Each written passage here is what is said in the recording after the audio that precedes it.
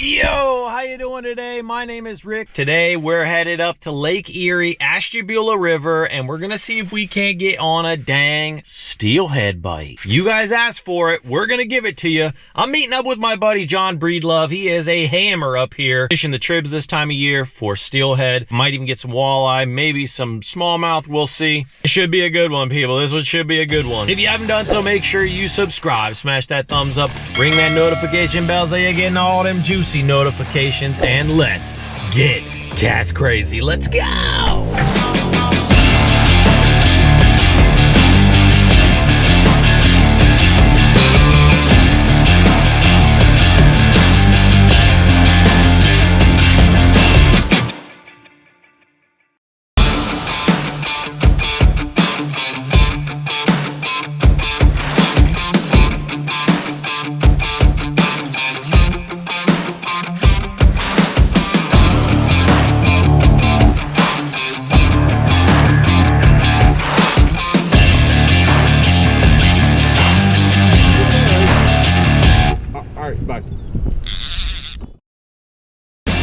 Today's show is sponsored by Double Seat, B&M Poles, Miller Tech Premium Lithium Batteries, Fish Brain, Striker Brands, Sonar Shield, Mike's One-Eyed Rooster Rub, The Live Scanner, Ego Nets and Bags, Finn's Fishing Braid, Solar Bat Sunglasses, and Ravenna Marine.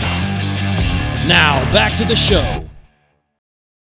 So if you know anything about steelhead fishing, what happens is during the colder months, the steelhead, just like salmon, start to make their way back into the rivers and streams that they were born in. And so they're making their way from Lake Erie up into the Ashtabula River, in this case, where they start to spawn in the colder months. And so all we're doing is intercepting those traveling fish using a method called trolling. If you've never trolled before, what we're doing here is we're literally using crankbaits, and we're doing what's called flatlining. Flatlining is when you just take the crankbait, put it right on your rod, cast it out maybe 60 feet off the back of the boat, and you run about 2 to 2.3 miles an hour and just drag the crankbaits behind your boat. Snap them in the rod holders and wait for a bite. Today I'm fishing with retina divers in redhead color, as well as a new prototype crankbait that we're working on.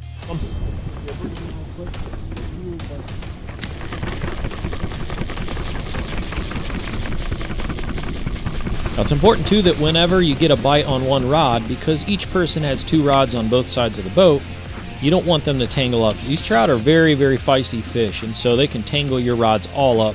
If somebody gets one on, you want to reel all the rods up and focus on that one fish at a time. It did not take long at all before we started getting our first bites. Let's see how this goes. Oh yeah, sorry. Let me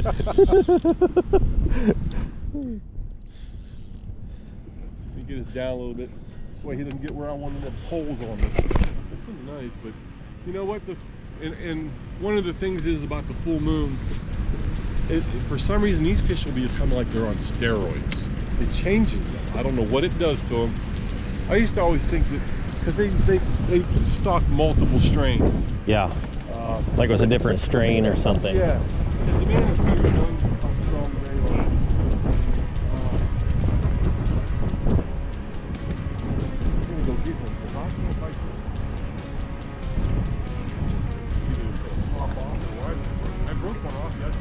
You got do anything with it. You got a platypus on there. You know what? It could end up being just be a 6-pounder, and that's it. Sometimes Deceiving. Yeah, but like I said, a full moon. I don't know. To me, I've made a comment before on Facebook like they were on steroids, and other people said, "Yeah, they're like fighting twice as hard as they normally do." I said, "Yep." I said, "I don't know what it is." Brings out the deep thing. Hulkifies them. Yeah, I don't know what it does.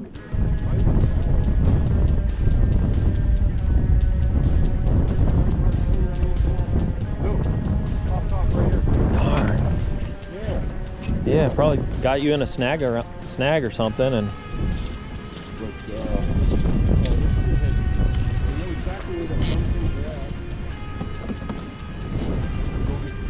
run right over. Well, right away.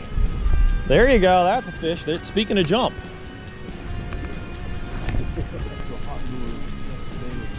There we I've had one time jump and head first, right in the side of the boat.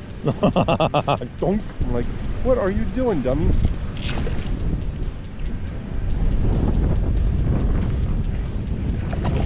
know what? Take that rod right in front of you, set it behind us.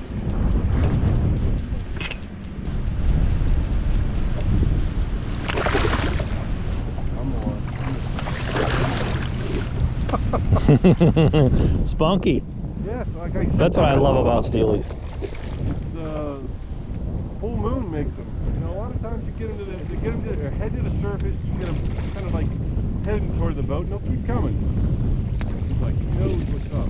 He's got that net. I don't want to go in that net. Yep. You're going to watch it. I think the hook has to come out of his mouth and it's hooked out of his face. You in there? Yep. There we go. Oh.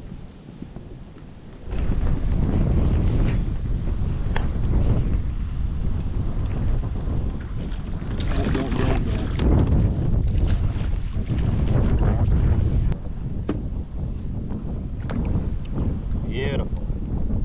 Some of them, every now and then, I'll catch some. He's chunky. Yeah, and that's the characteristic of the Shasta strain. They don't get as long as the manistee, but they get to be more like the football. They're like the old London strain. But sometimes I'll catch them and this gill plate is short. And I was told that comes from the hatchery, overcrowding in the hatchery. Gotcha. And the gill plate will be short. It'll actually show some of the gill, you know, the red from the gill plates. See you, buddy. Woohoo! High five. Now, one of the bad things about trolling in fall is you have a lot of leaves that like to float on top of the water. And so every once in a while, you know, every maybe couple fish or so, you have to reset your lines. You end up catching a leaf or something. So you got to watch out for the floaters. You really want an area that doesn't have a lot of leaves and try to avoid it, obviously. One of the cool things about a line counter trolling reel is it not only has a counter on it that tells you how far back your line is, but also has what's called a bait runner. So it's a bait clicker, and anytime you set that bait clicker, it makes like a little audible clicking noise and lets you know that you got a fish on. Check it out. Yeah.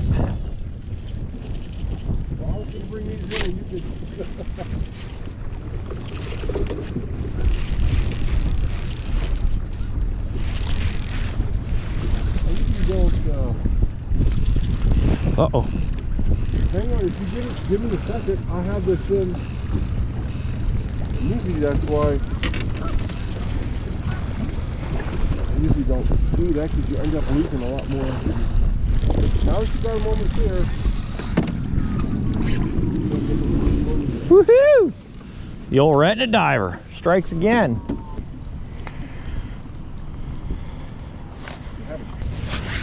Beautiful steely. There he goes. Yeah. So don't horse them in. You usually bring the lines up first. Yeah, I bring the lines in and usually. Okay. Note taken. There's one. There's a fish. Oh, he got off right there. Spit it.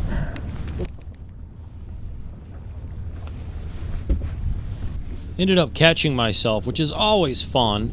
My lines overlapped. We made a little bit of a tight turn and got a good tangle here. It's always fun.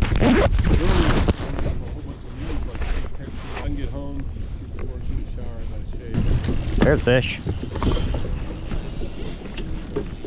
Oh yeah. Make sure he's good and hooked. I put my finger on the fish.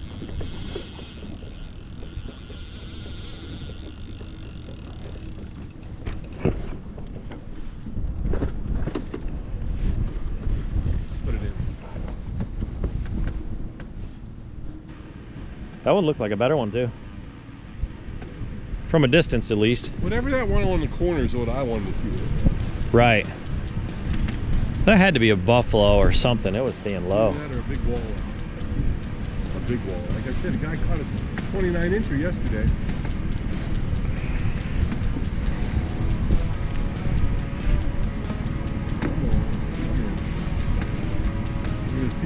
People always ask me, what am I trolling? The rods and everything else. I said, I'm only trolling 7-foot rods. I said, one of the big things, the longer the rod by myself, it's harder to get the fish in the net. Now the fish is way out here. With the 7-foot, I can get them, get them in a lot easier and net them a lot easier. Right. It's 40 feet out. 30 feet.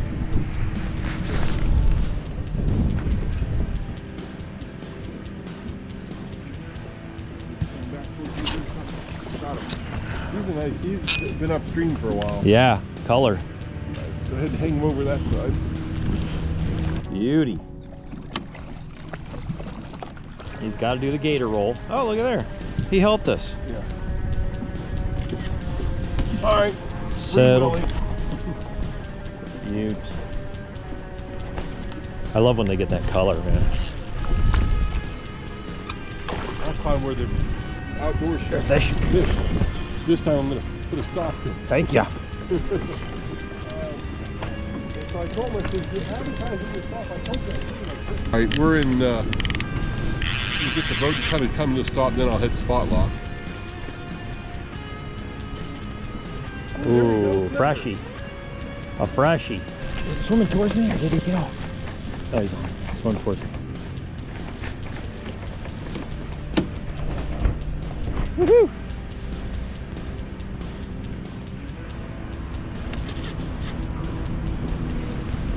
My brother will get his phone out and he'll like sometimes have it on video, trying to get a video of his, you know, his rod going. It always seems when you get the phone out, it doesn't happen. As soon as you put it away, when it happens. Fish on! Yeah, John doesn't have, he doesn't carry a stringer in the boat, so I guess we're gonna have to keep it in the net. All right, stop rolling there, booger. Trying to keep it off your bags. Okay. Do you see all that slime coming Yeah. off? So one of the really cool things about having a friend who specializes in a certain area of fishing or different types of fishing is you can learn a lot of things from them. You know, John is one of the guys that I know that trolls more than anyone I know for steelhead. And so I was able to get some tips and actually come back a couple days later with my buddy Tim. Let's see if we get some.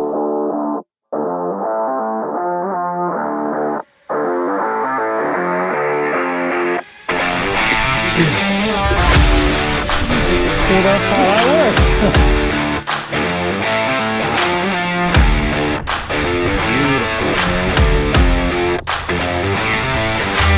I like to go fishing, it's fun. Oh, there's one.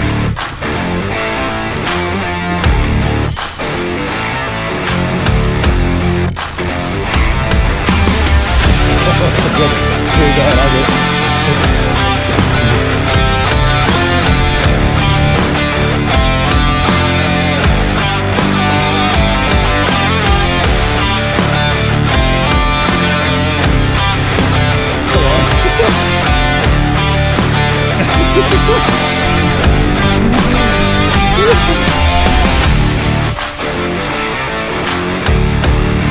Yes!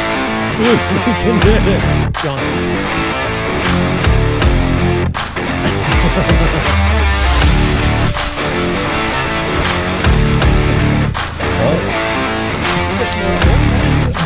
Yeah, he did it! Look at the color. Yes!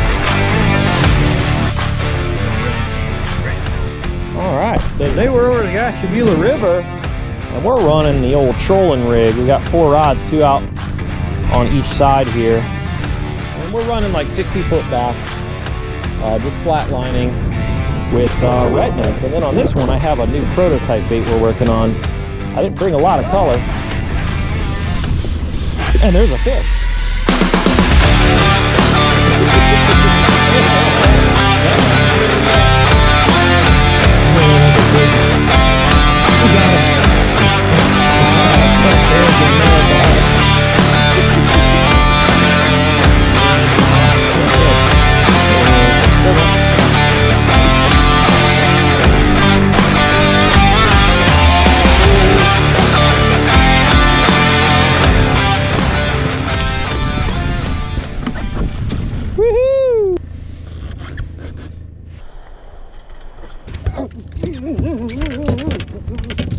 Get you past the barb.